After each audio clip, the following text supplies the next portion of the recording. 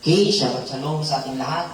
Tapos po natin ang aklat ng Pilipos at 4 na chapter lang po yung Pilipos at ngayon po ay nasa aklat po tayo ng Kolosas o para sa mga mananampalataya sa Kolosas. So, ang Kolosas, ito ay lugar na kung saan mayroong assemblea roon na naitatag ang Messianic group o si Apostol Pablo na apostoles at sinulatan niya ito.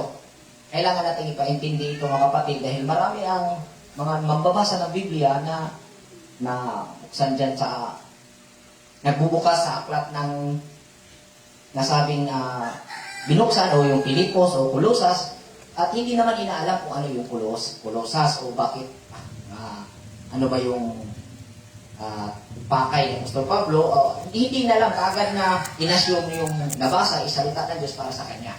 So, paalala, ang Kolosas isang assembleya o isang simbahan na itatag sa lugar ng Kolosas na kung saan sinulatan ni Apostol Pablo para i-encourage, turuan o paalalahanan. Dito po sa aklat ng Kolosas, basahin po natin mula verse 1 hanggang verse 2. Chapter 1, verse 1 to verse 2. Basahin po natin. Kasama na to sa Binisaya.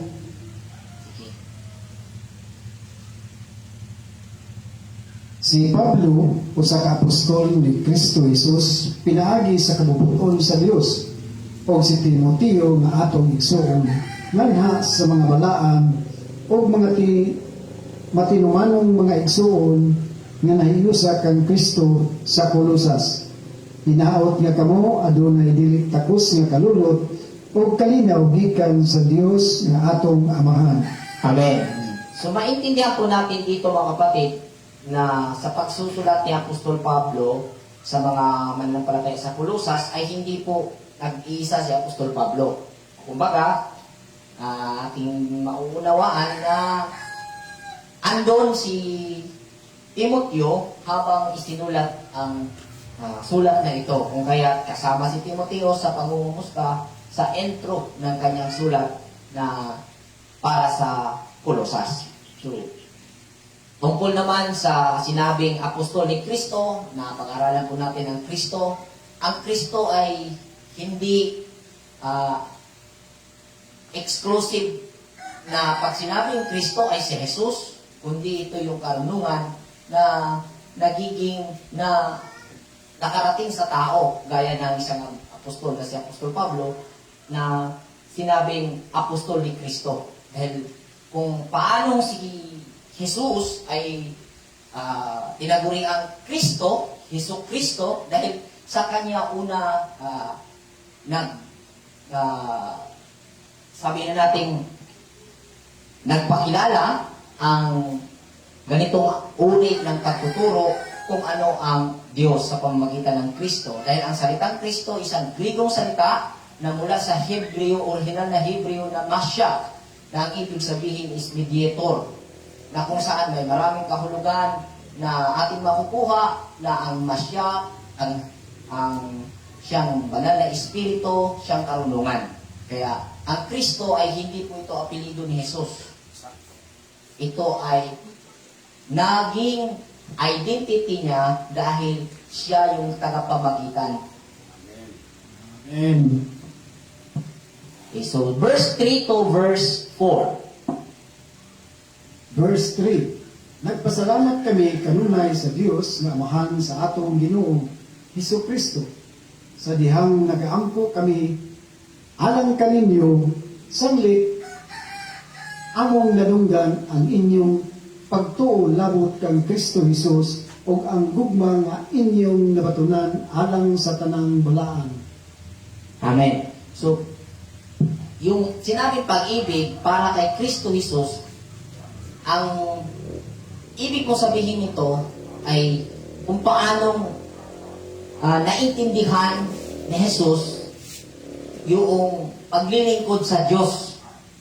Kung kaya ang sumasamba sa pangalan ni Jesus, ang tinutukoy po dito is yung kabuuang aral na naunawaan niya na ibinahagi niya sa tao. So, tungkol sa Diyos.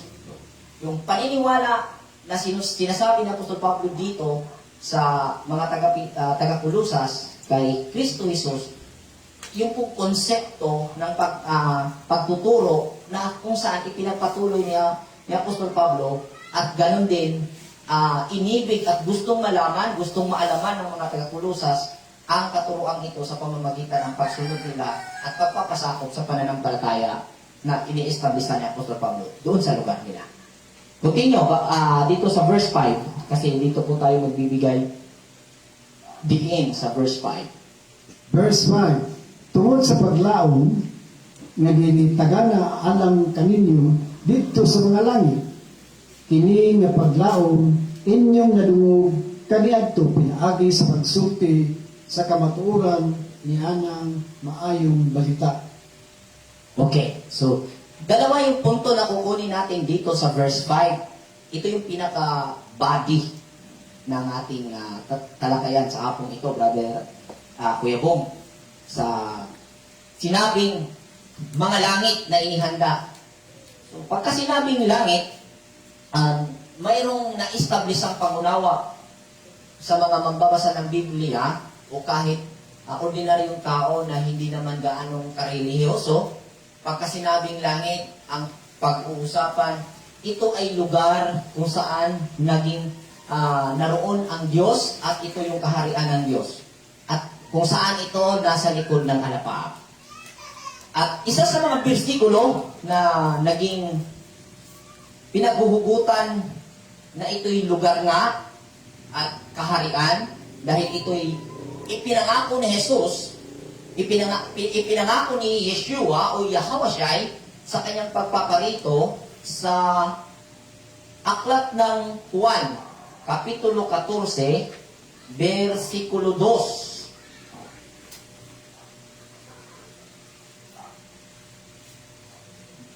Juan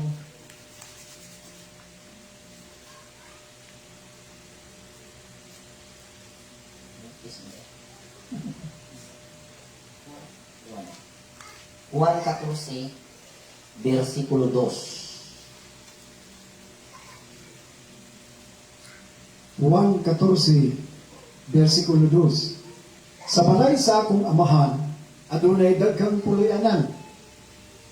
Kung dili pa, giingnan pumunta kamo. Tungod kay ako muadto aron sa pag-andam ug dapit alang kaninyo. Amen. So,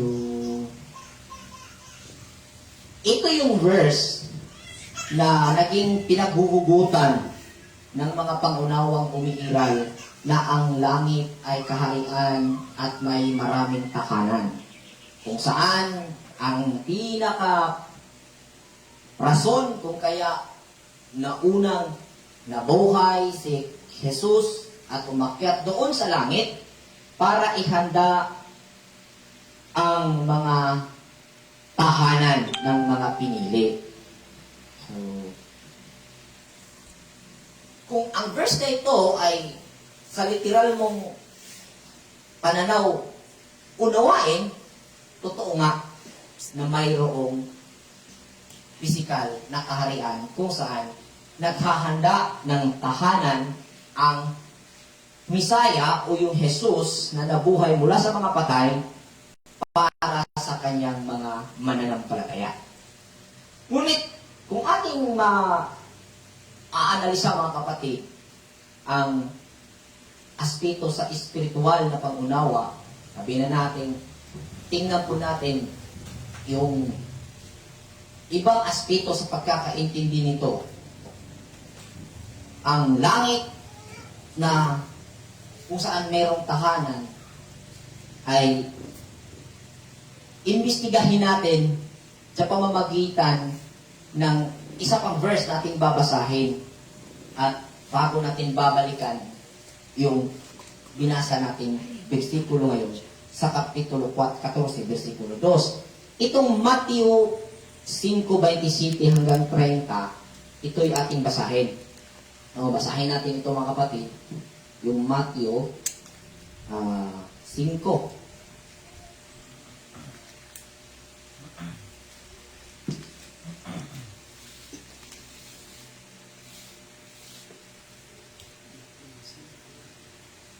27 hanggang 30. Mateo 5, 27 hangtod 30. Nadungog ninyo nga kinigiingon, dili ka manapaw, apan ako magaingon kaninyo nga ang matag usang nga magpadayon sa pagpanapaw sa usa ka babae aron sa pagbaton o kaibog kaniya nakapanapaw na uban kaniya diha sa iyang kasing-kasing. Karon, kung kanang imong tuo nga mata nagapapandol kanimo, lusuka kini o isalibay kini gikan kanimo, kay mas maayo pa kanimo nga mawad-an sa usa sa imong mga sangkap kaysa itambong ang imong tibuok na lawas ngadto sa gihina. Mauman usab kung ang imong tuong kamot papandol kanimo, putla kini o isalibay kini gikan kanimo, kay mas makaayo kanimo nga mawad-an sa usak sa imong mga sangkap kaysa na nahidangat ang imong tibuok nga lawas sa gihina. So, Tagalogin ko po, mga kapatid, dito sa version na aking babasahin.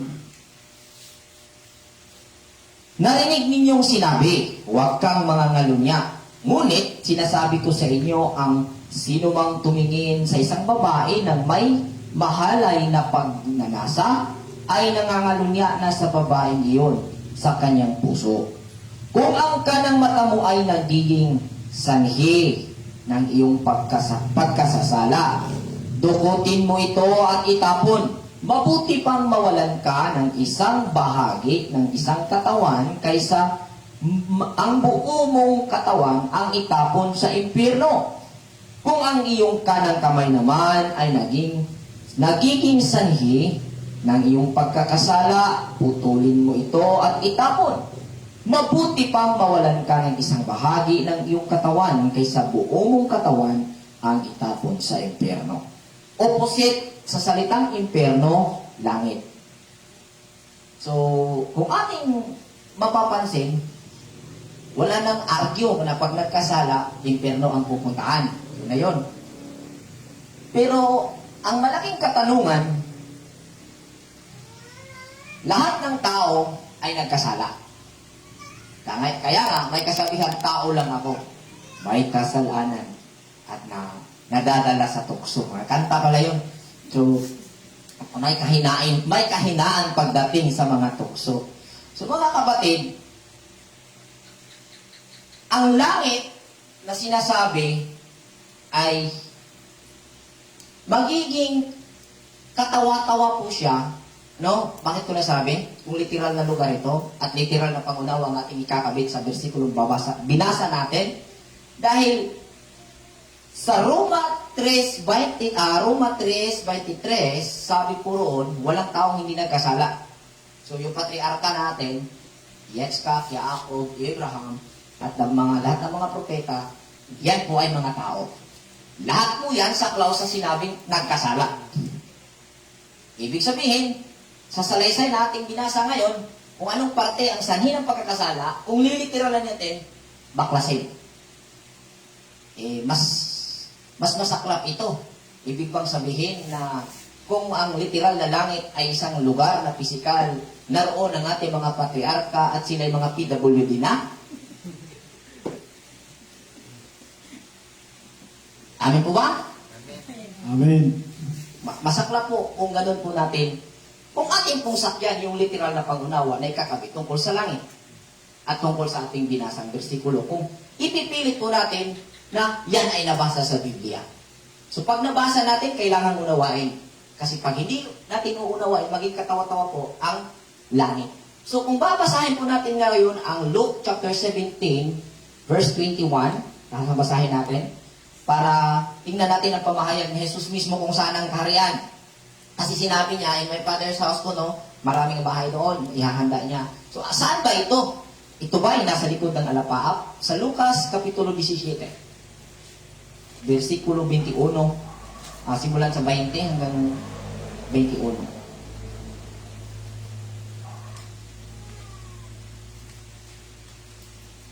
Lucas 17, Mula 20 mula 20 hanggang 21. hanggang 21. Apan sa dihang gisok na sa mga Pariseo kung kanus mo abot ang gingharian sa Dios, siya mitubag kanila og mingon. Ang gingharian sa Dios dili mo abot uban ang talagsaong pagkadayat. Niyang mga tao magaingon, tanawa diri o didto, kay tanawa ang gingharian sa Dios anaa sa inyong taliwala. Amen. Gaya pala eh. Kasi pag literally natin, maging katatawanan po yung resulta. At kung yung kaharian ng langit ay nasa sa atin, nasa kalagitnaan ng bawat persona, ibig sabihin kung si Abraham, si Isaac at si Jacob at ang mga propeta ay andun sa langit, nasa sa atin pala. Amen po ba? Amen. Kung kaya sinabi ng Panginoon ng Misaya, nung tinanong siya tungkol sa muling pagkabuhay siya, di ba ganinyo alam na ang Elohim ni Abraham, ni Isaac at ni Jacob ay Elohim ng mga buhay, Diyos ng mga buhay. So, ibig sabihin, yung langit na sinasabi na nasa kalagitnaan, na hindi dumating, na tulad ng inaakala ng iba, nasa pag tingala natin sa itaas, bababa yung New City, New Jerusalem, na kung saan maging physical na tahanan ng mga pinili at yung mga tao ay nasa ibaba. Kuya Bong, hindi yung totoo. Maling pangunawa ang naging nakaabot sa mga nakikinig tungkol sa usaping langit. Amen. Mali. Bakit? Yun, ginawa natin yung analysis. Ang sabi pa, hanapin mo ang kaharian ng Diyos. Langit yun. Sakto. Tama. At ang kanyang pagkamatuwid. Kung ang langit ay destination after death, paano mo hahanapin? Ang instruction sa Matthew, hanapin ang kaharian ng langit. Ang kaharian ng Diyos. Langit yon.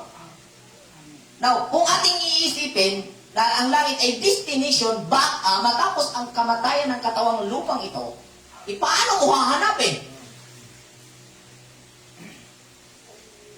Bakit niya sinabi na hahanapin mo sa mga may pisikal? Kung hindi, ito kayang hanapin sa pamamagitan ng taglay ng pisikal na katawan na kinaruroonan ng bawat nakikinig o gaya natin. Tama. Kaya, mahirap ang pangunawang literal tungkol sa usaping langit. So, pag sinabing langit, na inihanda or tahanang inihanda ni Kristo para sa mga mananampalataya o para sa mga pinili, ito ay destinasyon ng iyong pagkatao matapos ang iyong pisikal na pahinga o pagkamatay ng iyong pisikal na katawan. Kung saan ang memory o data ng iyong pagkatao ay malalagay doon sa bahaging langit na kung saan ang isang tao o isang kaluluwa na nasa journey ng buhay, kung ang kanyang desire ay akma ang iyong data o ang iyong pamamaraan, ang pamamaraan bilang ikaw yung pagkatao mo ay i-provide ng Diyos bilang siya yung sistema na nakakaalam sa desire ng tao at sa paraang iyon, langit ang nadarama ng kaluluwa sa pamamagitan ng iyong pagkatao. Amen. Dahil ang tao ay pag-uugali, sistema na naka-stock sa ating conscious mind. At ang kaluluwa ay ang damdamin na nagiging aktibo sa physical na katawan na buhay. Amen po ba? Nawa malinaw ito. At pagka sinunod natin yung mga nakastop dyan, o sa pamamagitan ng ating desire na purify. Kaya nga prayer ni David, Libtahor birali Elohim. Gawan mo ako ng malinis o dalisay na puso, Panginoon. Dahil ito yung pinaka-important prayer. Ano man ang marating sa buhay, ano man ang kayang gawin, ano man ang kapasidad na mayroon ka ngayon, kung hindi taglay ng isang tao ang pure heart, lahat yan ay mawawala o maging sanhi ng kanyang paghihirap. Amen po ba? Amen. Kaya, pagkalangit ang pag-uusapan, wag mong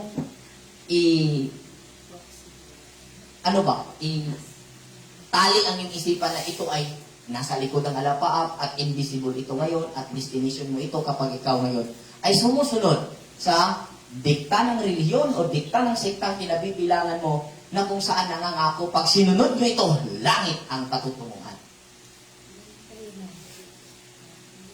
So, hingan natin ang sentimento ng ating kapatid tungkol sa langit na usapin. Dahil alam natin, no, mayroon tayong kanya-kanyang unawa tungkol sa langit na ipinangako sa atin at nagiging pinapangarap ng lahat ng tao.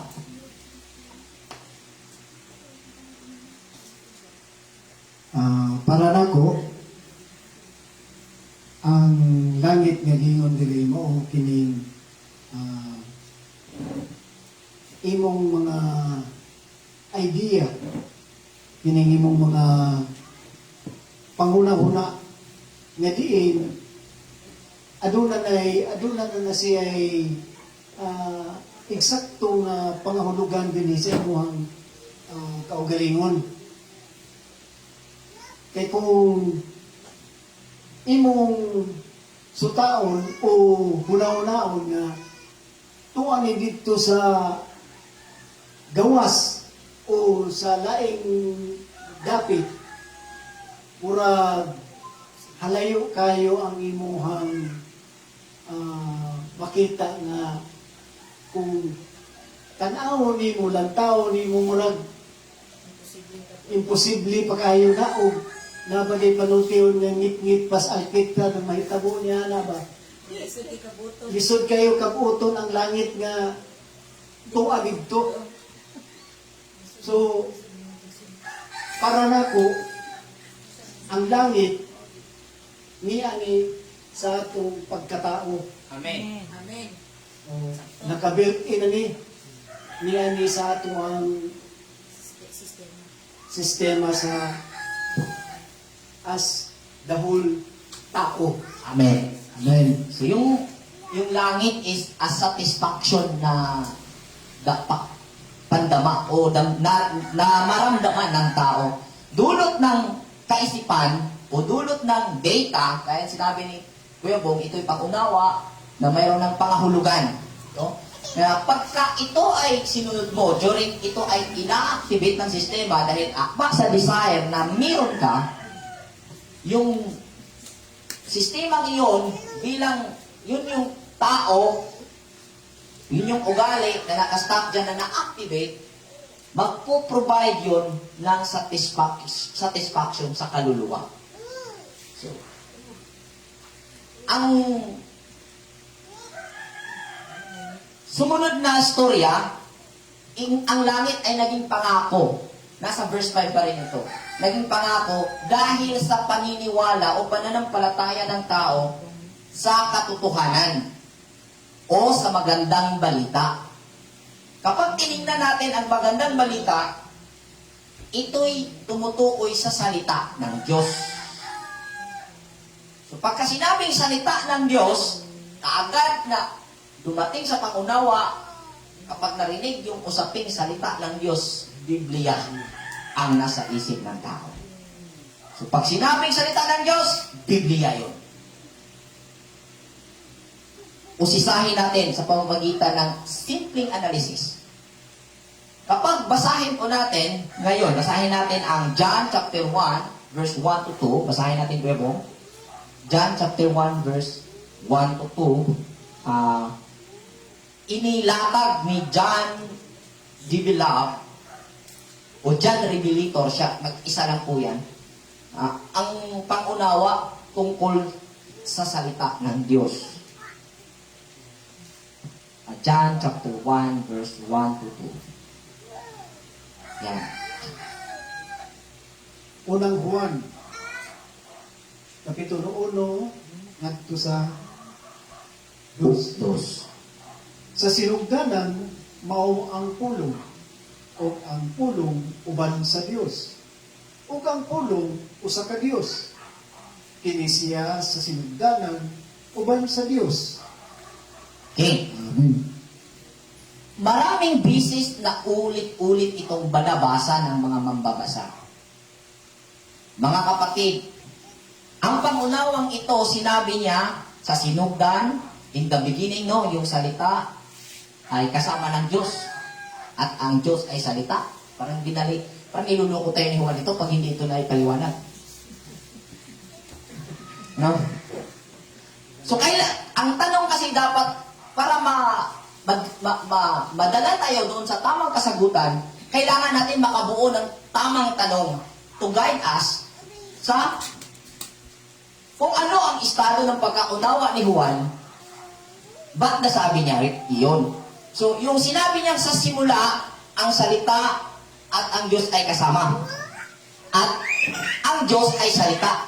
Parang balik-baliktad lang. At ang Diyos ay salita. At ang salita ay Diyos. Parang ganun. Ang tanong dyan, saan ito nagsimula? O, kasi ang sinabi, sa sinugdan, ang pulong uban sa Diyos o ang Diyos pulong. Sa umpisa, ang Diyos ay kasama sa salita at ang salita ay Diyos. Ang tanong, saan ito nagsimula?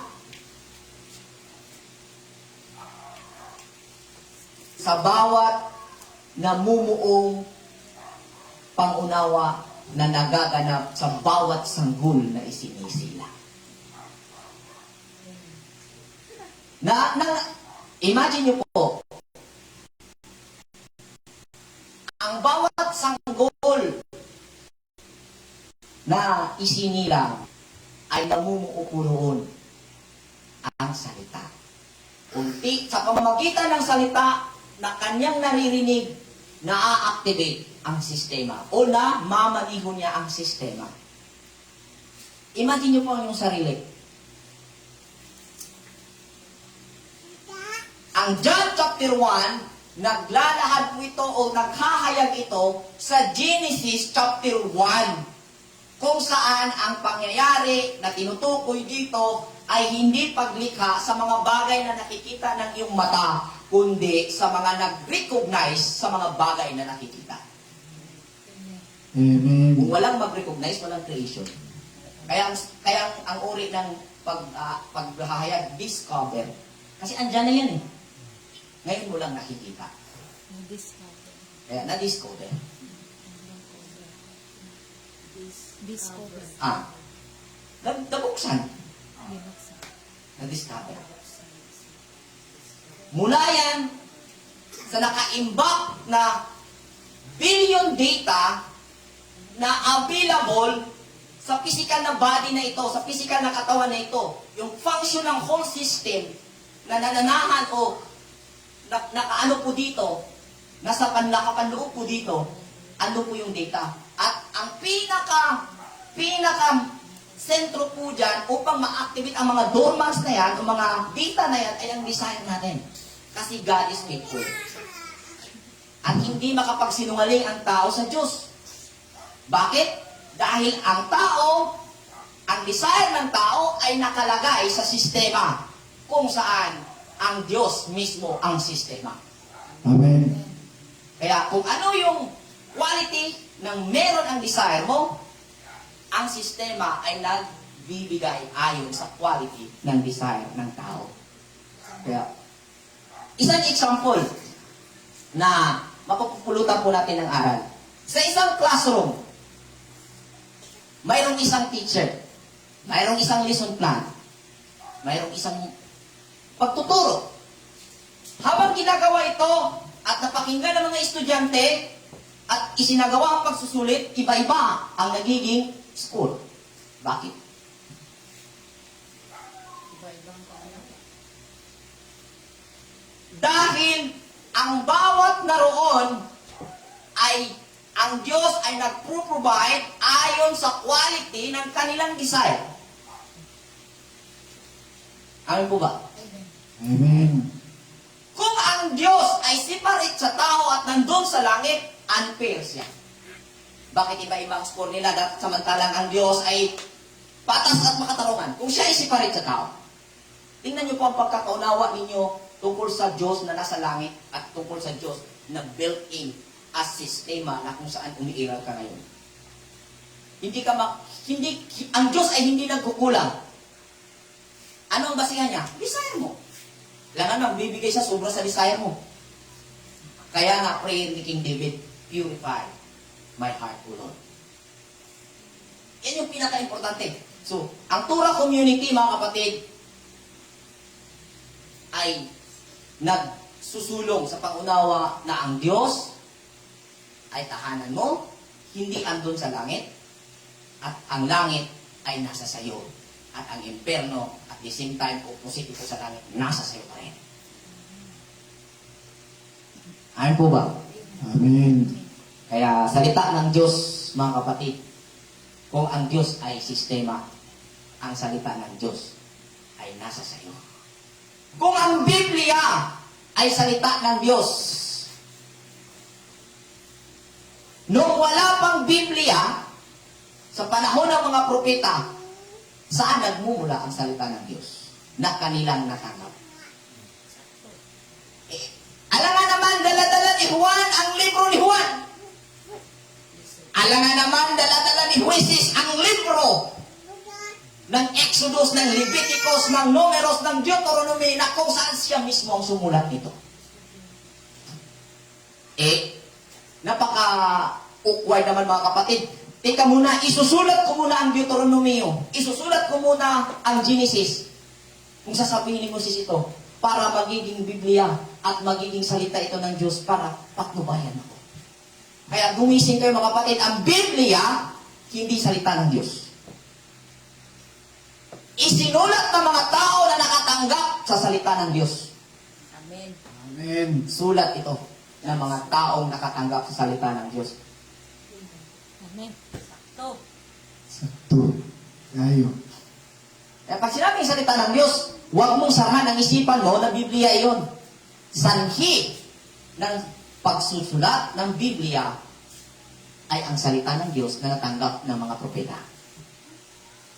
Importante itong malaman ng bawat tao nang sa gayon po ay hindi maabuso ng mga nagdadala ngayon ng Biblia na ginawa itong kutsilyo o sandata upang ikaw ay takutin, upang ikaw ay maging ikulong sa iyong sariling pangunawa dahil sa pag-ibig mo sa salita ng Diyos. Ang pag-ibig mo sa salita ng Diyos ay hindi mo nabigyan ng tamang pagtugon dahil ang salita ng Diyos na inakala mo ay Biblia, which is hindi naman ito, kundi ang pangunawa na nakarating sa iyo kung ano ang tamang gawin at dapat gawin. Tingnan niyo po ang pangyayari sa panahon ni Jesucristo, panahon ni Yeshua. May ikininto siyang pangyayari tungkol sa reliyoso. Baka sinabing reliyoso, brother, kung Biblia ang inaral ito. Kung sa panahon nila, Torah ang pinag-aralan nito, the written Torah. Parasiyo, Levita at Samaritan ang nandun sa kwento at isang tao natulis. Ngayon, ang pangyayari, natulis nga yung isang tao, sugatan at nakahandusay sa tabing daan. Dumating ang isang Levita tungo sa templo para siya magserbisyo sa kanyang tungkulin bilang nanunungkulan sa bahay ng Elohim. Nung nakita niya na duguan na nakahandusay sa daan ang isang tao, dahil siya ay relihiyoso at may Biblia ang sinunod, the written Torah, umiwas siya. Bakit? Ano ang sabi sa written Torah? Kapag ka ikaw ay nakahipo ng dugo, ikaw ay marumi mula sa oras na iyon hanggang sa paglubog ng araw. Kahit maligo siya at magpunas ng kanyang kamay sa dugo dahil sa kanyang pagpulong doon sa nakahandusay sa daan, ang karumihan ay mananatili sa kanya hanggang hapon. Kaya, minabuti ng isang Levita na maglingkod sa Diyos at iwanan ang sugatan. Amen po ba? Minabuti ng isang relihiyoso na kasuklaman ang kanyang kapatid sa pamagitan ng hindi pagbigay ng kanyang duty bilang kapitbahay, bilang kapatid, masunod lang ang mandato ng doktrina ng kanyang sikta o reliyon. Sa ganong pangyayari, naganap doon sa isang Levita ang pag-disregard sa salita, sa tunay na salita. Imposible naman, hindi niya naramdaman yung awa doon sa naduguan na nakahandusay sa daan. Pero pinili niya ang tumuloy at iwanan. Sumunod ang isang Pariseo. Ganon pa rin ang ginawa, umiwas sa sugatan na nakahandusay sa daan. Dumating ang hindi reliyosong tao, ang Samaritano. For your information, ang Samaritan ay isang, part po ito ng Israel or 10 tribes of Israel dahil ang Samaritan ay isang nabuo o binuo ni Jeroboam, kapitan ni David, na nagsarili at nadala niya yung 10 tribes. Nung naseparate sila sa Israel, nagsarili sila at hindi sila naging sumunod sa mandato ng mga pari o ng mga namumunuan doon sa templo. So, natapos ang istorya, tinulungan nga ng isang Samaritano ang nakahandusay na duguan. Brother Bong, tinulungan, inatupang sa bahay pagkamutan. Natapos ang kwento, sinabi ni Yeshua, now ngayon, sino ang tunay na kapitbahay? Magaling sumagot ang mga tagapakinig. Kahit kayo ngayon, alin ang mas mabuting tao? Sino ang kapitbahay? O sino ngayon ang may gumawa ng mabuti? Magaling sumagot yung nakapaligid. At siguro ngayon, kung kayo ay religyoso, sabihin mo, yung Samaritano. Sa madali bang, kung ikaw ngayon ay religyoso, sasabihin mo ba at aaminin mo ba na mas matuwid pa sa iyo ang hindi sumasamba o hindi nagdalo sa simbahan sa pamamagitan ng salaysay na ito? Bakit? Ang mandato ng simbahan, ang mandato ng reliyon ay nagiging kulungan mo at sinabi sa iyo, nung nakakulong ka, malaya ka na. Reverse. Nung umalis ka sa kung ano ang meron ka noong reliyon at pumunta ka sa kung ano mang bagong reliyon mo, sinabi sa iyo, malaya ka na. Malaya ka na noon at mas makipot na ang kalayaan mo ngayon. Pag pumasok ka sa reliyon at ang paniniwala mo ang salita ng Diyos ay ang Biblia at ang nag-interpret nito ay ang pastor lamang, pinaiksi mo mundo mo. Pinaliit mo mundo mo, kapatid. Amen. Kaya ang salita ng Diyos, hindi ang Biblia, kundi nasulat ang Biblia dahil sa mga taong nakatanggap sa salita ng Diyos. At sila'y tao ka rin. Kung ano ang mekanismo, meron ka rin. Nakakatanggap ka rin ng salita ng Diyos para maunawaan mo ang sinulat nila na hindi mapariwara ang buhay mo. Amen. Amen. Kining salita sa Diyos, balibong, kung sa may mong ikasultihan. Ini yung pulong, no? Ining pulong yun. Para na ko, no? Ining pulong. Nagsukod gid siya. Ining pinakauna gid na pulong nga nigawas. Kaning normal nga bata nga na tao. Mo gyud na yung una nga pulong nga nigawas. Kanang pag-uha ganit sa bata. Kanang uha. Bisan pagkinsa dihang bataan na ma-Ilocano man na, ma-Amerikano man na, ma-Negro man na, ma-Insik na, uha gyud na iyang pulong nga gigawas. Di ba no? Amen. Uha, wag gyud mo ingon din ang niyaw o unsa na kay tao man. Di ba? Uha gyud ang gigawasan na. Di sa pag-in-English na. Amerikano man ang bataan na, German ba, Insik ba na, uha gyud na. Mao gyud na yung una nga pulong para nako, no? O siguro mura mag komedyan pero mao ginay tinuod. Realidad. Realidad yun diba, kanutuuran kibitanan. Diya din na, mao ginay pinakaunang pulong mugawas ang bata, nga normal gina siya nga paggawas sa bata. Uha gina mo ay madungog nimo. Kahulugan sa kinabuhi, breath back. Breath of life. Oh, mao gina siya diha. Mo, pag mingon yun og pulong sa Dios, naani sa tanang tao. Amen. Pag sinabing salita ng Diyos, natatanggap ito ng lahat ng tao. Patnubay ito ng tao na ipinoprovide ng sistema base sa quality ng desire na meron ka. Tingnan natin yung example si King Saul. King Saul, nung namahala siya sa Israel, the first king of Israel, no? Andun pa yung niya, pure desire, nung nagsimula. Pero nung sinuway niya, ang salita ng Diyos, na yun sana ang dapat gawin, ay pinadalhan siya ng espiritu, masamang espiritu. Sino ang nagsabi? Kahit basahin niyo dyan sa historia ni King Saul, ang Diyos mismo ang nagpapadala ng masamang espiritu. So, paano nangyari sa sarili ng tao na dumating yung masamang espiritu at naging patnubay niya para siya ay magkaroon ng paghihirap upang siya ay mangarap muli na mananghap ang kapayapaan. Dahil po sa quality ng desire. So, palagihin sa panalangin ang pure desire. Yung liptafor, yung dalisay na puso ang magiging taglay natin. Ano man ang gagawin, ano man ang iyong transaksyon, ano man ang iyong kinaruroonan, ano man ang... Kaya sabi ni Apostol Pablo, gawin ang lahat sa pamagitan ni Kristo. Kasi pag sinabing Kristo, awareness yun. Awareness na ito'y tumutukoy sa pagkakaroon ng pure desire. Align sa kabutihan. Dahil pag hindi align sa kabutihan, ang desire na na-put up mo,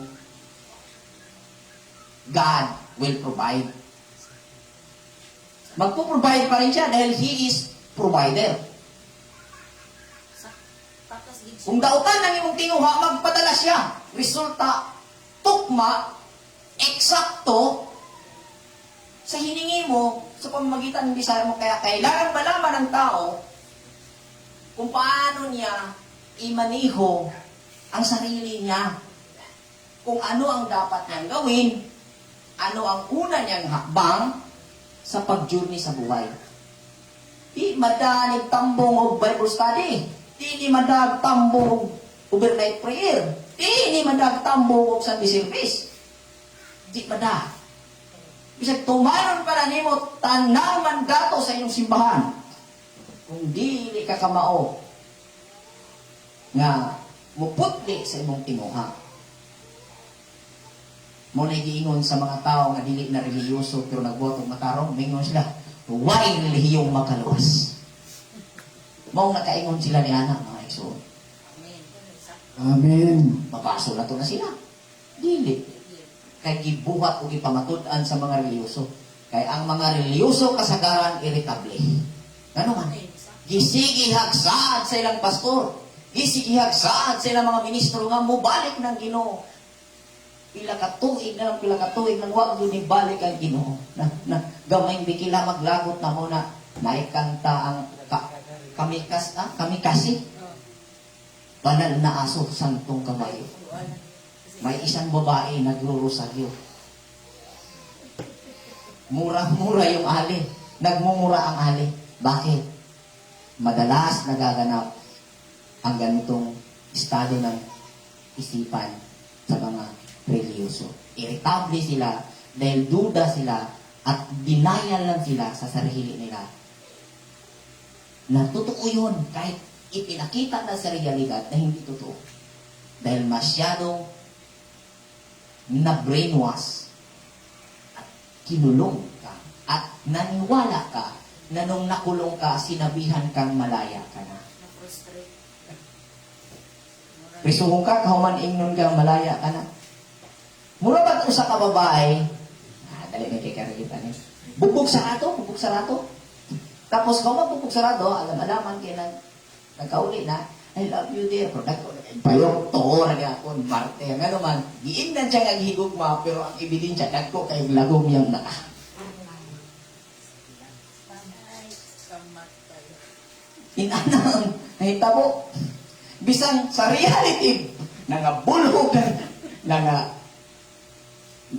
pasapasa na yung katawan, I love you ang sinasabi, naniniwala pa rin. Bakit? Nakulong ka sa drama. Yan, mahirap mga kapatid. So, patuloy natin. Sundan natin sa versikulo 7 pa hanggang 11 para ating pong maintindihan mga kapatid ang estado sa pagkaka-explain o pagkaka-paintindi ni Apostol Pablo sa mga taga-Kulusas tungkol sa langit. Ang langit ni Apostol Pablo at ang salita na tatanggap ni Apostol Pablo ay hindi gaya ng pangunawa mo sa salitang natanggap mo. Nasa pamagitan ng Biblia. Ang salita ng Diyos, kahit walang Biblia, natatanggap ito ng tao.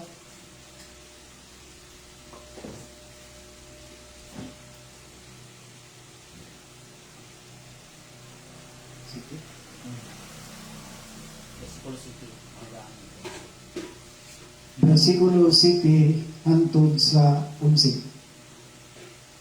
Mao kana ang inyong nakatpunan kang Epapras na atong hinigugmang isig kaulipon nga usa ka matinumanong ministro ni Kristo alang kanato nga nagsugilon usab kanamo sa ingong gugma sa espiritual nga paagi.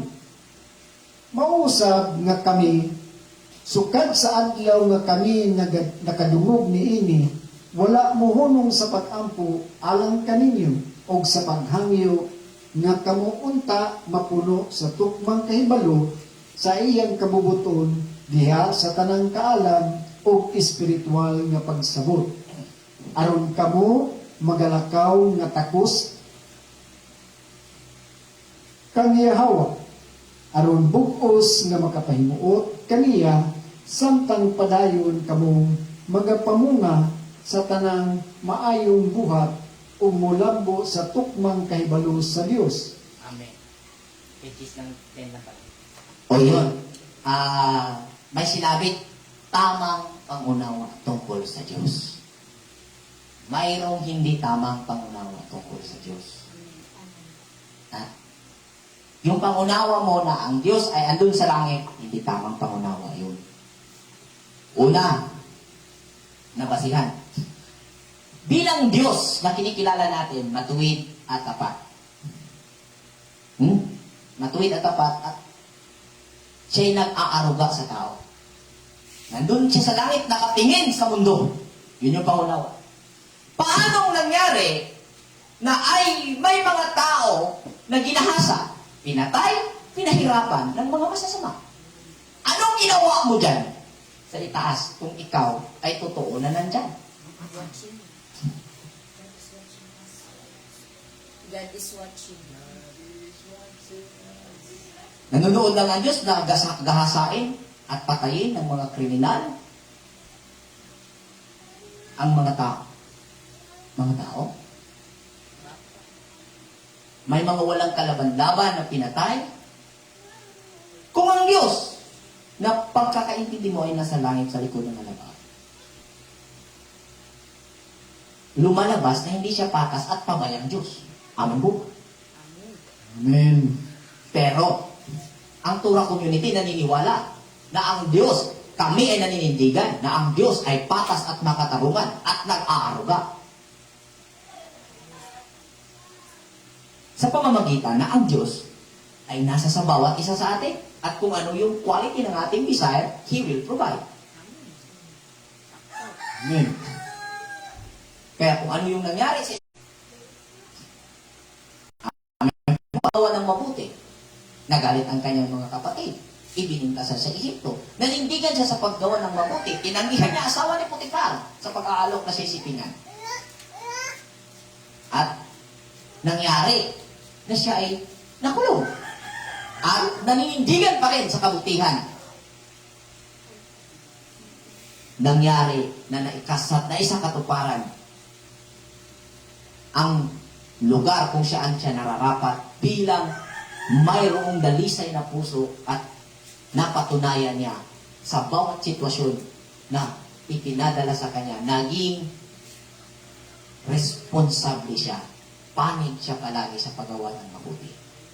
Hindi sinabi ni Jose, may pagwa ko nagbinutan. Gibirahan ko palang itong asawang Potifar na haray-haray ang takoron, di yung ako mabaratulina karon. Amin po ba? Amen. Kung ikaw sa sitwasyon, kung hindi taglay ng isang tao ang dalisay na hangarin, at dahil sa kanyang paninindigan sa paggawa ng mabuti, tinanggihan niya ang magandang asawa ng kanyang amo na si Potifar. Tinakbuhan niya iyon. At nagre-resulta na siya ay nakulong. Ang tigpas kailan tayo tabuan. Ano mo, kung nagawa mo mang natanggihan, at hindi mo taglay ang pangunawa ni Jose kung paano niya natiis, kung paano niya pag-survive, manatili sa paggawa ng mabuti, siguro pagdating mo sa kulungan, pag-ibirahan ko to, wala ako na to, karing silta karon. Amen. Amen. Tingnan mo yung endurance ni Jose ba? Kasi ang aral na nakikita natin, tungo sa pangarap, tungo sa magandang mangyayari na ipinakita na sa atin sa kabataang edad natin. Since nasa 10 to 12 years old, mayroon tayong mga imagination. Hindi po yan guni-guni. Yan po ay mga magandang pangyayari na inilaan ng Diyos sa iyo. Kaya sabi niya, my plan is to prosper you, not to harm you. So, yan, una na ipinakita sa iyo, ang mangyayari sa iyo sa kinabukasan. At ang tanging gawin ng tao sa nakita kong aral, no? You must be responsible sa bawat pangyayari ng pangyayari sa harap mo. Yun yung ginawa ni Jose. Nakulong siya, responsible pa rin siya. Sa kawalan ng pag-asa, sa pananaw ng tao, andun ang malaking pag-asa. Kaya sabi, kung sa tao, sa paningin ko ito, sa interpretation ko ito, kung sa makalamang nais, imposible na mangyari ang pangyayari na naganap sa buhay ni Jose. Pero kung sa makatarungan at sa patas na paraan, makapangyarihan gawa yun. Kaya, sa sabi ni Jesus o ni Yeshua, you can move mountains. Kaya, ang sabi ni Apostol Pablo, may tamang pangunawa tungkol sa Diyos. Kaya ang Diyos, wala doon sa likod ng alapa. Kung kaya ka umiiral, kung kaya ka may pangunawa dahil sa Diyos. Amen. Bakit? Nakatungtong ka sa kapangyarihan ng Diyos, which is sistema na kung saan nakakaintindi at nakakaunawa ngayon at mayroon kang pandaman. Lahat ng meron ka dahil yan sa Diyos na naging tahanan mo ngayon. Amen. Hindi siya nandun sa itaas na nakatingin sa iyo. Na nagsigig lista ko, no? Hindi ka, manay mo mong ginoo, tiglista. Sanamo ko yung mga part ng Diyos. May lahing bukod. Kaya na book of life, may book of deeds. Lahat kong yan ay nasa memory ng tao. Nakastock yan. Akala mo yung nakita mo ngayong pamamaraan, sa'yo yan? Hindi. Nabuksan yan dahil na-provide yan ng sistema, dahil na-reading ng sistema na gusto mo gawin yan at kailangan mo yan, kaya nag-provide siya sa'yo. Yan po ang Diyos nagtatrabaho para sa pangangailangan natin. Naman hingi ka ng lechon, magli-lechon ang Diyos at magpapadala sa'yo. Di ba? Mayroon na bang ganon? Wala pa. O nanalangin ka sa Diyos at dumating yung Diyos o dumating yung lechon, bumaba. Ang Diyos mismo nag-litson ng ganon? Wala. Huwag namang masyadong fantasy ang pag-iisip sa pangunawa. Kaya ang Diyos, patas at makatarungan, totoo po yun. Sa paraan na nandyan siya sa'yo. At anumang nangyari sa'yo, walang ibang masisisi dahil yan sa'yo. Pero kung ang Diyos nandun sa itaas, hindi siya makatarungan sa ganung pamaraan. Bakit may napahirapan? Di ba? Kaya ang Diyos, hindi siya siparit sa tao. Siya ang dahilan kung bakit nakakaunawa ka at kung ano ang meron ka. Kaya ang sabi, your thought is your karma. Kasi ang pag-iisip mo, ano po yan eh? Yan po yung salita. Nag-aandar yung isipan mo, nilalagyan ng salita, ng information. At connected yan sa desire mo. Kung ano yung quality ng yung isipan, ganun din po yung quality ng desire mo. Ano po ba? Amen. Ay, akong nabasa mga in English, ne?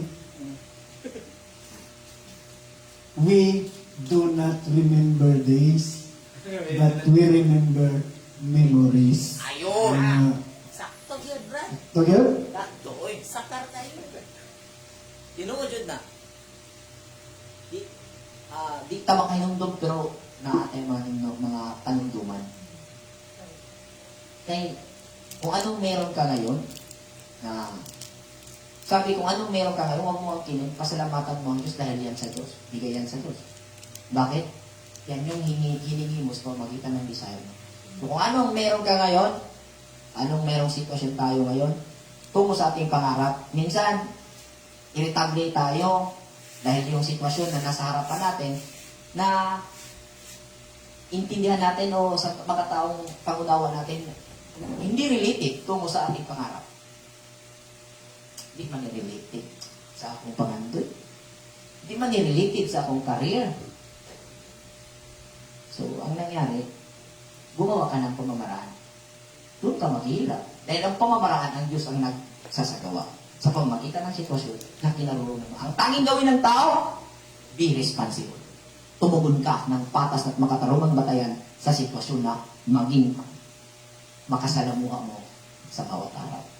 Pangarap mo, siya ang magdadala sa iyo roon. Amen po ba? Amen. So ay, naipangandoy na to, kita yung buhat o pumagi. Murabag, ikaw ang tagya sa basakan, tapos ikaw pa'y magkabaw. Pati haguha. Ikay tagya sa basakan, tapos maghimo. Imo pa yung, hihiki mo magpamaagi para makatanong ka, ikay nagkabaw.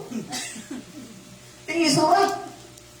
So, ang saad sa Ginoo, ang pangako ng Diyos sa atin, ang buhay, ang salitang buhay, ay may espiritual na kahulugan ng kaligayahan. Tama.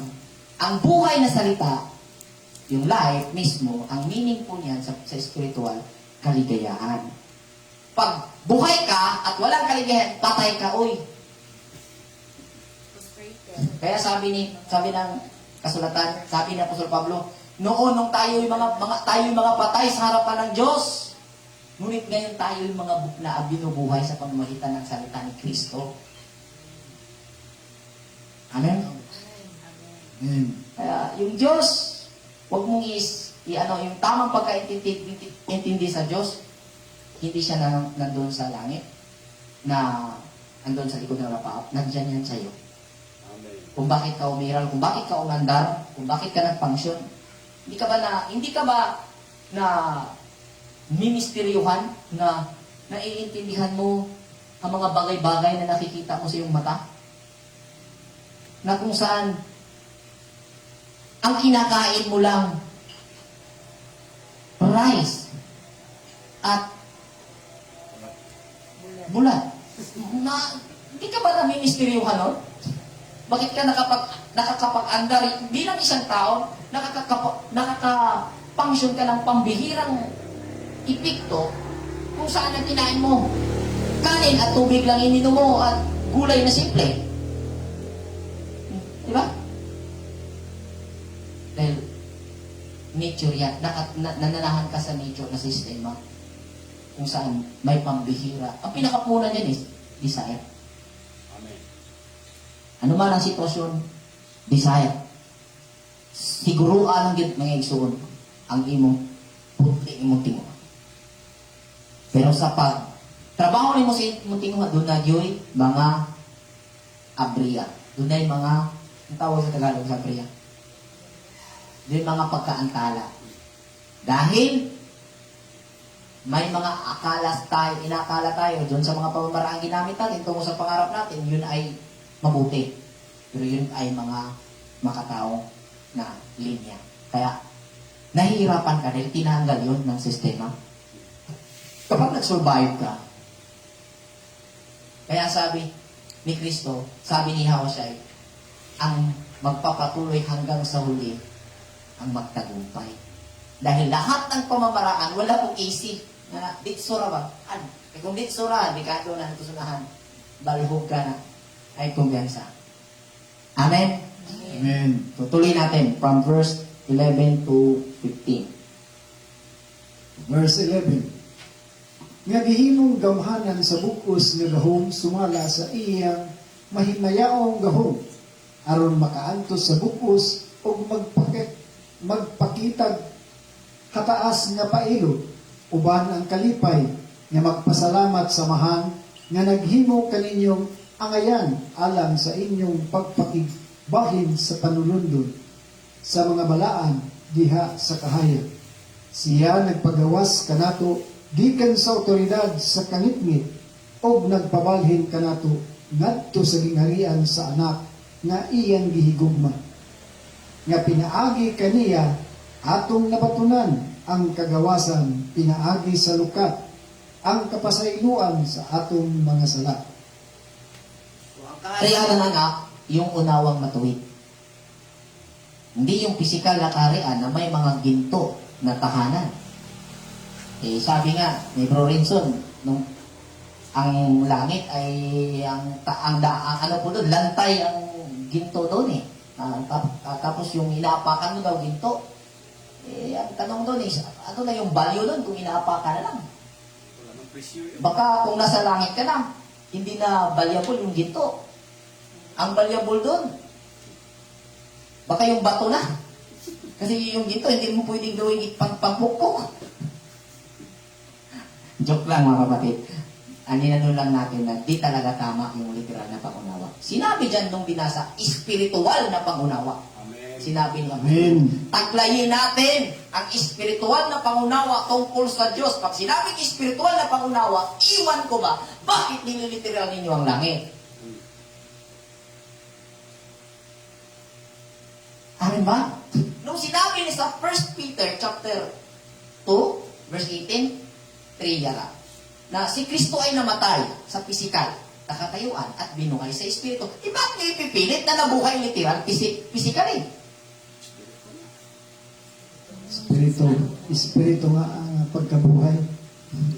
Kasi ang pagkakaintindi nila, brother, sa espiritu, pagdating daw ng araw, suot mo yung pisikal na katawan mo ngayon, brother. Yan. Dahil may kapangyarihan espiritu ka na tao, lulusot ka daw sa pintuan. At hindi ka na magugutom. Wala kang ibang trabaho, mag-aawit ka na lang daw sa Diyos. Aawit. Kasi hindi ka na napapagod dahil yun na daw yung kaligayahan mo, ang umawit. Wala kang ibang gawin kundi magpuri sa Diyos. Lahat ng araw daw doon, Sunday.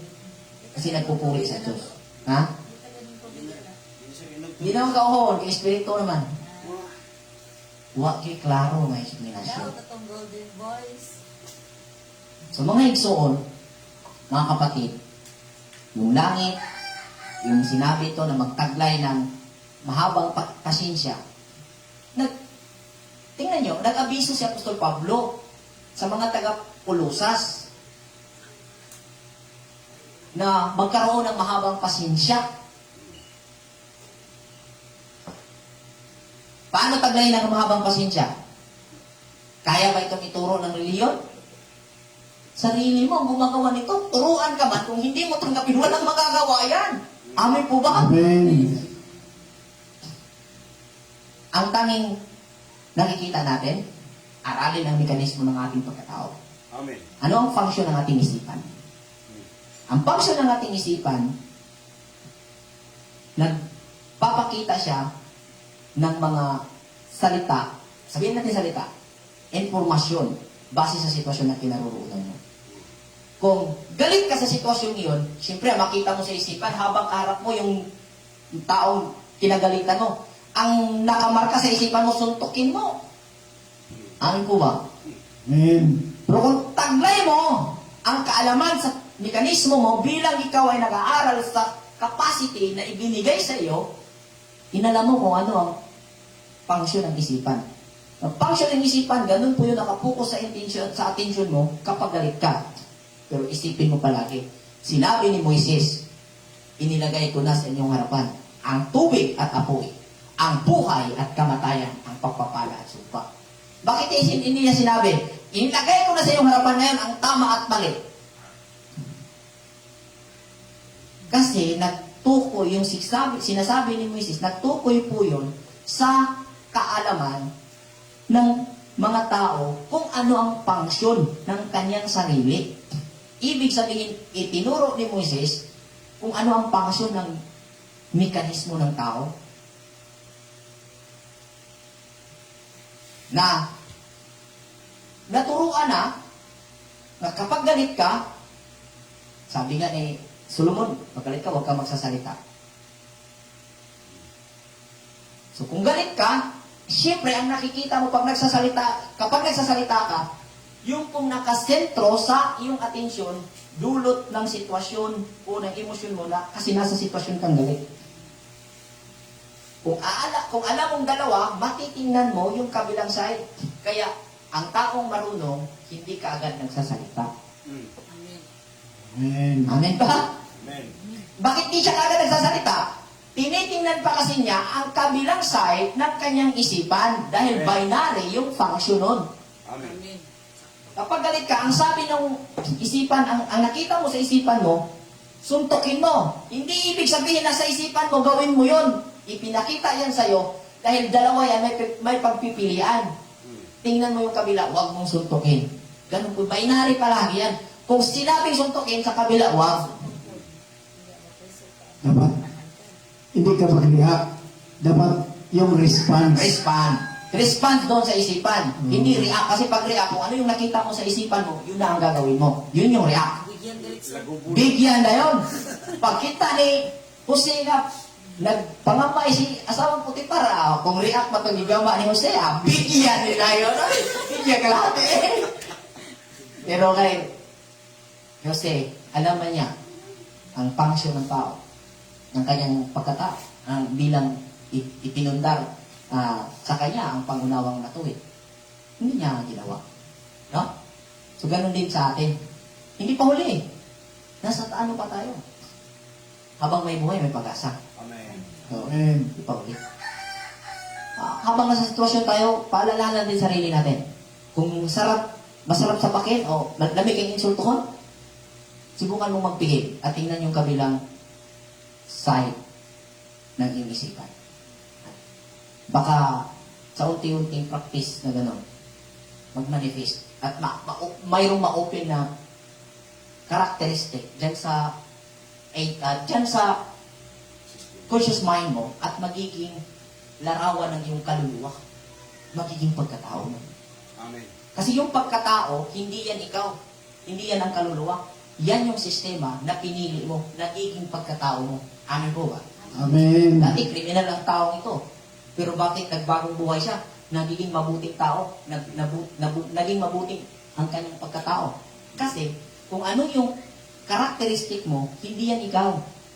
Yan ay bigay ng Diyos na sibo, eksakto sa desire mo. Kung di desire mo, God will provide. Kung nakita yung quality na, sakto na yung quality dito. Kaya kung ano yung quality ng pangunawa mo ngayon, sakto yan sa iyo. Ano po ba? Lain siya kayo, anong bugo mo kayo, bright man kayo sila. Basulo na mong Ginoo. Sige ka po Ginoo. Alam mo, Ginoo, tagay ko kaalam. Wala mag-study. Kasuway mo ko na. Kaya ko kaalam Ginoo. Huyaw ka na doon. Kamay mong duklon. Amen. Gusto ko Ginoo nga kanang healthy ko. Gay ko kanang healthy body, kanang healthy nga katawan, Panginoon. Gay ko, bigyan mo ako, Panginoon. Tapos, sikat ka pa mo eh. Sa tarong ka di. Ganun. Sige, panigarilyo. Fake panigarilyo. Oh. Di tama, di tama. Di tama. Kaya, alam nga naman, bigyan ka ng kalakasan tapos lahubog ka. At totoo nun, sa bibig mo lang gustong gumawa ng mabuti. Dahil gumawa ka pa rin ng masama, yun pa rin yung desire mo. Kaya nga, ang sabi ni Yeshua, hindi ako naghukom sa pamagitan ng nakita at narinig. Biro mo. Kung sa tao yan, convicted na yan eh. Patayin yan. Huli-huli na. Ginawa at sinabi niya, ginawa niya. Patay. Pero bakit? Kahit ginawa niya at sinabi niya, huwag mong husgahan. Dahil hindi mo alam ang intensyon niya. Unless kung inalam mo ang intensyon niya, saka ka magbitiw ng hukom. At kung maghukom ka na nalaman mo ang intensyon niya, hindi ikaw ang naghukom, kundi ang Diyos dahil ginamit mo ang sistema ng Diyos. Kaya hindi ang Diyos, hindi ang tao ang naghukom, kundi ang Diyos na nag-function sa iyo kung paano maghukom. Amen. Kung tingin nga, ang tao dili maghukom, ang Diyos ra. Yan, naday Diyos mingon, sadaan ka, ikaw dili, naday na na. Di ba? Ang tao dili pwede maghukom, tao ra ka, di ka maghukom. Ha? Kunya, ano sa matapataw ang Diyos para mingon, sadaan ka, ikaw dili, wala namin po na. Amen? Amen. Kailangan mo malaman ang function ng Diyos. Ang Diyos ay matuwid na sistema. Sa pamamagitan ng Biblia, unawain mo sa pamamagitan ng patas at magkatarungan, maintindihan mo bakit sinulat nila. Kaya, hindi ito salita ng Diyos, kundi isinulat ito ng mga taong nakatanggap ng salita ng Diyos. Kaya kami, based kami sa Biblia, sa pangunawa, sa patas at magkatarungan. Hindi kami anti-Bible. Pero sa pangunawa niyang ikinabit sa Biblia, antay kami doon eh. Kasi, may halong kalukuhan. Di tama. Lalo-lalo na kung yung ano ba sa kung ano yung nabasa, yun na yun. Yun. Kasi nabasa. Kasi may nabasa. Sabi pa, kapag nabasa ko ang ganito, magpapabautis mo ba ang lahat ng membro mo sa simbahan ko? Ganun yung mga bargaining. Pag may nabasa ko, mga profesional na ba? May mga doctorate degree. Asa mo magdapit ng eskwela? Namiyabas mo ba? Wala na study. Wala study. Continue tayo, namiyabas din sila. So verse 16 to 20. 15 to 20. 15 to 20. Siya mao ang larawan sa dili makita nga Dios. Ang panganay sa tanang kalalangan. Tungod kay pinaagi kaniya, gilalang ang tanang ubang butang sa langit o sa yuta. O ang mga butang nga makita o ang mga butang nga dili makita. Kini man mga trono o pagkaginoo o kagamhanan o otoridad ang tanang ubang butang gilalang pinaagi kaniya o alang kaniya. Dugang pa siya mao ang una sa tanang ubang butang o pinaagi kaniya ang tanang ubang butang gipatuhan. Ito, kapag naapag-aralan ito ng Juanes, si Jesus ito eh. Jesus. Hindi. Karunungan po ito eh. Wala pa si Jesus, andyan na yung karunungan. Amen. Ang meron si Jesus, yung karunungan. Amen. Sa Proverbs chapter 8, whole chapter po, di na lang po natin basahin. Kayo na lang po bumasa dyan. Bago pa nalikha ang lahat ng mga bagay, ang sabi ng karunungan, ako'y naruna. Mm. Para akong sabi niya sa sarili niya, nung isinilaysay ni Solomon ang pangunawa niya tungkol sa pag-iral ng karunungan sa isang sinuko, sabi niya, ang karunungan ay kanang kamay ng Diyos. Which is sinabi rin na sa pag-akyat ni Hesus Kristo, siya ay mauupo sa kanan. So, authority po ito. Na kung saan, ang isang tao pag nagtaglay ng karunungan, ang magiging priority na o magiging hakbang ng kanyang mga gawa ay sa paraang may karunungan. Pag sinabing karunungan, favor yan sa kabutihan. Amen. Amen. Tulad ng salitang sinungaling. Kung ang salitang sinungaling ay ginamit ito kapag ang tao ay hindi nagsabi ng totoo. Tama po ba? Kapag ang tao na hindi nagsasabi ng totoo, sabihin nila sinungaling. Para sa amin, taga-Torah community, hindi. Ang sinungaling, favor po yan sa kasamaan. Mm. Kapag hindi ka nagsasabi ng totoo dahil alam mo kung ano ang nakakabuti, hindi yan kasinungalingan. Gawa ng pagkamatuwid. Example. Raka. Himinayin. Bilis natin. Nung tinanong siya sa mga sundalo ng Jericho, asan ang mga espiya ng Israel na pumasok dito? Sabi niya, umalis na doon sila dumaan. Instead na dito dumaan isang doon dumaan. So, itinanggi hindi nagsasabi ng totoo si Rakab. Pero ang sabi ng kasulatan sa Santiago, dahil sa ginawa niyang kabutihan, Oh. siya ay iniligtas at ang kanyang buong bayan Amen. at ang buong angkan. Anong tawag doon? Kabutihan. Act of righteousness. Amen. Amen. Kaya, pag sinabing kasinungalingan, hindi po yan ibig sabihin nagsasabi ka ng totoo. Kahit sabihin mo na totoo yung sinabi mo, ginawa niya, pero ang intention mo, kaya sinabi mo siya para mapahamak siya, sinungaling ka. Amen. Amen po ba? Mm. Amen. Amen po ba? May mga tao kasi na sasabihin yung totoong nangyayari Parang. at kumbaga, para ipahiya yung tao. Mm. Kasamaan yun. Very common. Kasi sabihin ninyo, ang reason ginawa niya, sinabi ko ito kasi alam nga naman magsinungaling ako. Kung hihingian ka ng pera ngayon, ng isang kapatid mo, ba't mo sasabihin, wala akong pera ngayon? Dahil may importante kang paggamitan, sinungaling ka. Kalukuhan. Kung negosyante ka, ilan yung ginansya mo dito? Maliit lang. Limpak-limpak na pala. Di ba? O, sinungaling ka. Kung nagkasala ka ba noon? Hindi. Hindi. Ang pagkakasala, base sa intention. Dahil yung intention, direct ang connection sa desire mo. Yan dapat ang malaman natin.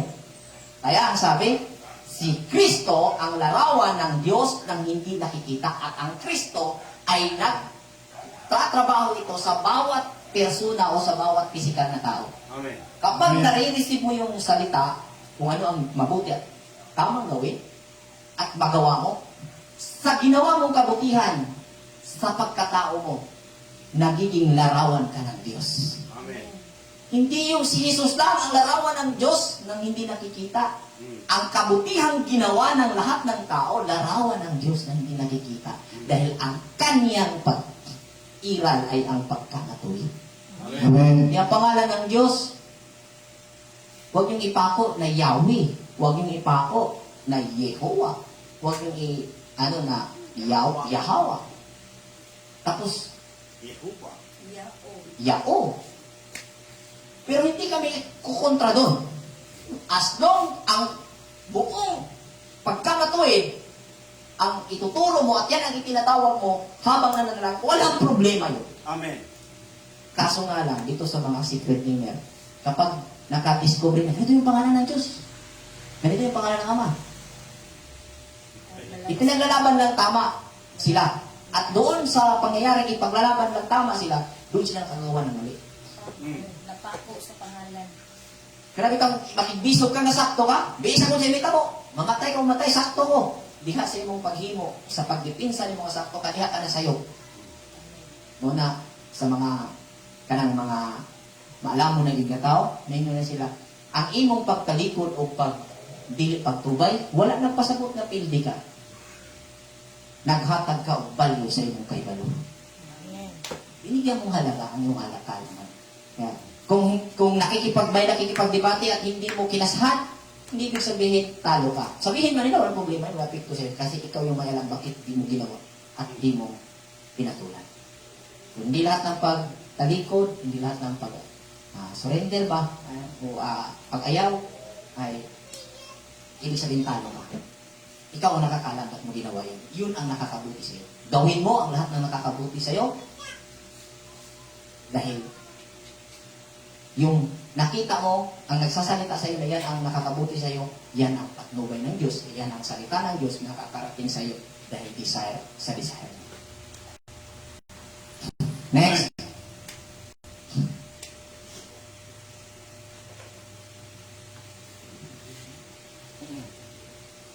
Ug siya mao ang ulo sa lawas, ang kongregasyon. Siya ang sinugdan, ang panganay gikan sa mga patay, aron siya mahimong una sa tanang butang. Tungod kay nakitang maayo sa Dios nga ang tibuok kabug-usan mupuyo diha kaniya. O pinaagi kaniya ipasig uli nganha sa iyang kaugalingon ang tanang ubang butang, pinaagi sa pagpakigdaig, pinaagi sa dugo nga iyang giula diha sa istaka sa pagsakit. Kini mga butang man sa yuta o mga butang sa mga langit. Ang pagkamatay ni Kristo sa cross o ni Jesus, figurative na panghitabo. Isang figurative na pangyayari na nagaganap sa karunungan na nagsisimula na ginamit ng tao tungo sa kanyang pangarap. Kapag ang isang tao may pangarap, may karunungan na ginagamit yan. Yung pamamaraan, produkto po yan ng karunungan.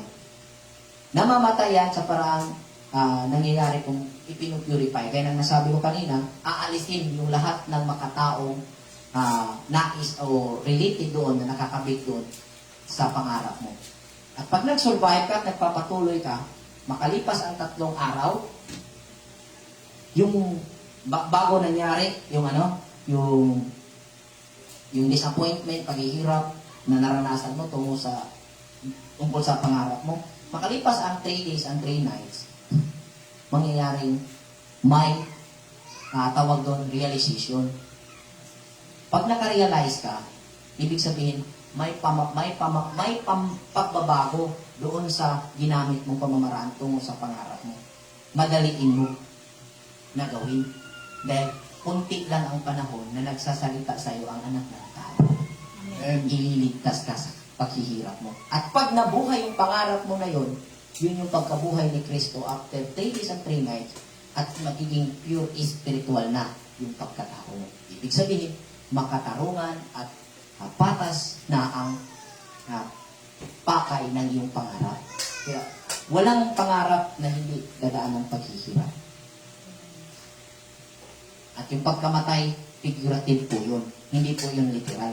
Alangan naman, pagkamatay niya, dahil sa pagkamatay ni Kristo sa krus, yun na yung kaligtasan ng lahat ng tao at nagpapatuwid sa lahat ng tao.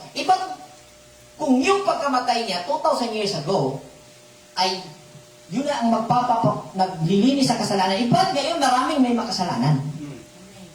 Ano ang bisa ng kanyang dugo na makapangyarihan na naula sa Kalbaryo? Kung literal na kamatayan ang tinutukoy doon, na kung yung kamatayan niya ang nagliligtas, figurative yun. Tapos gagamitin. Ngayon pa gagamitin ang sikta. Ngayon nag-function ang kamatayan ni Kristo sa Kalbaryo. Ngayon nabautismuhan ka na sa sikta namin. Kailan nagtayo yung sikta mo? Una pa nga sa iyo yung Ajinomoto. Ibig ba sabihin, walang kaligtasan lahat ng tao nung wala pa nasimbol yung sikta mo? si Abraham. Kalukuhan. Luyang. Hakobo. Sabihin man bro, yung kamatayan ni Kristo sa krus sa Kalbaryo, mag-function yung kapangyarihan ng kanyang dugo, ngayon kung magpapabautismo ka. Kuyawa. Kung totoo yan, nung hindi pa kayo na-symbol, Wala kaligtasan. wala kaligtasan ng tao. Alam naman natin yung Protestant group. Bago-bago lang ito eh. Kaya ganun.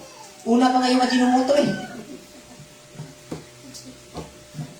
100 years plus na yung Ajinomoto. Una pa yun. So, ibig sabihin, mga sikta ngayon, wala pang 200 years yan. Tapos sabihin nyo, nag-function ng dugo ni Kristo pag nagpabautismo sa inyo, magluluko kayo. Tuloy natin.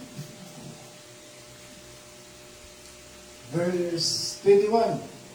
Sapagkat tinuod, kamo nga nahimulag kaniya, at kamo nahimulag kanhi, o mga kaaway tungod kay ang inyong mga kaisipan, diha sa mga buhat nga dautan.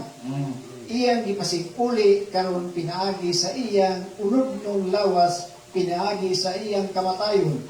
Aron kamo itanyag nga malaan, o walay lama, o walay ikasumbong atubangan kaniya. Basta kamo magpadayon diha sa pagtuo na tukod sa patukuranan o malikon o wala mahimulag sa paglaom sa maayong balita na inyong nadungog o giwali sa tibuok kalalangan ilalon sa langit. Niini nga maayong balita, ako si Pablo na himong ministro. Amen. So, sabi ni Apostol Pablo, iniligtas kayo sa pamamagitan ng kanyang laman.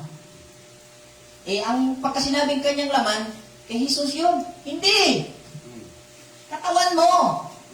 Yung katawan meron ka, iniligtas ka ng Diyos. May katawan, hindi yan sa'yo eh. Sistema ang nagbuo niyan. Nagtagpo yung lalaki at babae. Yung pangunawa na nag-ibigan sila o nagkagustuhan. Ikaw ba yun? Ikaw ba may-ari nun? Diyos. Kaya yung katawan na tinutukoy dito ng laman na sinasabi, ililigtas ka niya, hindi si katawan ni Jesus yun. Yan sa'yo na kung saan may pangunawa at nag-function yung kaluluwa mo, yung damdamin mo, yan ang gagamitin. Amen. Kalain sa di mo ikaw nakasala, si Kristo mo yung paluwason, at si Jesus, Nabukto ka si Jesus.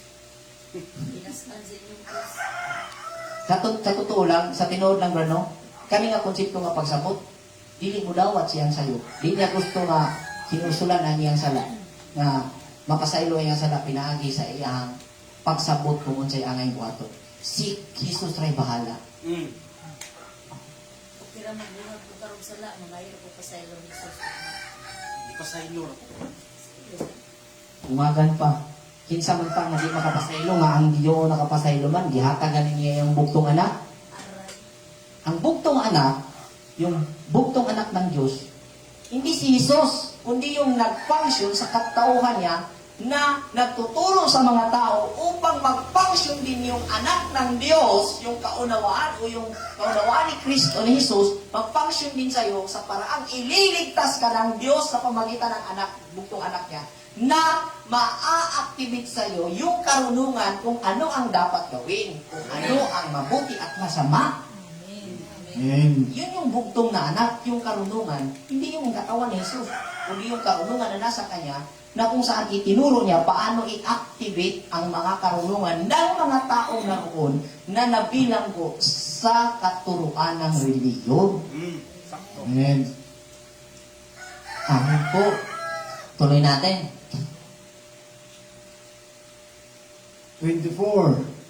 Nagmaya ako karon sa akong mga pag-antos alang kaninyo ug ako sa akong bahin naghulit kung unsay nakulang sa mga kasakitan ni Kristo dinhi sa akong unod alang sa iyang lawas na mao ang kongregasyon. Nahimo akong ministro niini nga kongregasyon sumala sa pagkapiniyalan gikan sa Dios nga gihatag kanako alang sa inyong kayuhan aron iwali sa bukos ang pulong sa Dios. Ang sagradong tinago nga natago sukad sa miaging mga sistema sa mga butang ug sa miaging mga kaliwatan apan karon kini gipadayag na ngadto sa iyang mga balaan.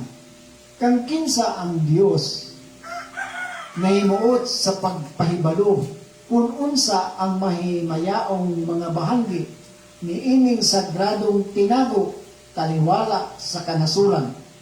Kini mao si Kristo nga nahiusa kaninyo ang paglaom sa iyang himaya. Ana araman gani o. Si Kristo nahiusa kaninyo o ang iyang lawas kamo. Amen. Amen. Ang natagong katotohanan, yung banal na misteryo, ay ang Kristo ay naging kaisa ninyo. Mm. At ang congregation o yung sambayanan o yung mga tao ay ang katawan niya. Kaya pag sinabing katawan ni Kristo, hindi si Jesus, Mm. tayo. Dahil mayroon tayo access sa kanyang pagiging ulo sa ating sarili. Amen. Amen. Klaro yung sinabi ni Apostol Pablo. Iwan ko ba, pag sinabing katawan ni Kristo, Jesus, yung pinako sa krus, hindi. Kung merong ginawa si Jesus na nagtuturo, hindi para maniwala tayo at aasa sa kanyang ginawa, kundi sa kanyang ituturong pag-activate sa meron din siya. Kasi siya tao tulad sa atin. Kung ano yung naging nangyari sa kanya, yung pag-ibig na nasa kanya na maituro din niya para malaman ng mga tao na nakapaligid sa kanya, yun yung ginawa niya. Kaya ang Tura community, mga kapatid, hindi kami mag-offer ng method o pamamaraan para kayo ay magiging matuwid. Ang aming ituturo o ang aming ibabahagi ay kung paano ma-activate ang karunungan. Amen. Amen. Kay kanya-kanya man tayo. Ano po ba? Kaya yung intention natin, kanya-kanya po tayo. May mga, para sa atin, tama ito. Para naman sa iyo, hindi tama. Mm. Bakit? Dahil yung intention mo, iba sa intention ko, kaya hindi tayo parehas ng aplikasyon sa isang bagay. Ano po ba? Gusto mo, itong bagay nito, itatapon ko to. O gusto ko, ang bagay nito, lulutuin ko to. Ngayon, gusto ko, hindi ko to lulutuin. Bakit? Nandun na yung pagkatapos doon, nandun na po yung magkakaibang intensyon. Bakit di nyo gagawin yun? Pero kung desisyon, di yan tama sa kanya, tama to sa akin, di. Karunungan ang itinuro ni Jesus kung paano ma-activate, paano malaman ang pagmamaneho sa sarili. Patuloy. 28. Siya mao ang atong gisangyaw nga nagpahimangno sa tanang tao ug nagtudlo sa tanang tao diha sa tanang kaalam aron atong ikapresentar ang tanang tao nga bug-os nga naghiusa kang Kristo. Tungod niini ako sa pagkatinuod naghago na limbasog sumala sa iyang pagpalihok ug kini naglihok dinhi kanato nga may gahom. Amen. So yung sinabi dito na si Kristo kasi di kasi ito si Jesus. Bakit? Sabi niya nung bago siya namatay, pag mawala ako, ang Ama magpapadala ng Espiritu. Kung asan kayo, andun ako. Di ba? At sabi niya ng Apostol Pablo, si Kristo ang nagtuturo sa lahat ng tao. Mm. So, hindi ito si Jesus, kundi yung Kristo na na-activate kay Jesus, kaya nagiging Jesu Kristo, na ibahagi din niya sa atin. Kaya, yung pangunawa mo na si Kristo ay si Jesus, exclusive, hindi tama yun. Ang Kristo ay ikaw at ako, meron po. Mm. Amen. kung ating pag-aralan ang itinuro ni Jesus, ang Kristo na meron si Jesus, naging Kristo Jesus siya, magiging sa atin din. Kaya ang sabi, kayo ay nakikisa kay Kristo. Mm. Amen. Amen. At nailugtong yung kayo ay nakikisa kay Kristo Jesus dahil siya ang unang nagtuturo nito. Mm. 2,000 years ago. Amin po ba? Amen. So, dito po nagtatapos mga kapatid ang ating pag-aaral sa hapong ito. Maraming salamat at inibitahan namin kayo na magpatuloy sa bawat sabat na tabayanan niyo po ang aming pag-aaral at pagbabahagi sa mga aklat ni Apostol Pablo. Maraming salamat. Shabbat Shalom. Shalom Aleichem. Amen.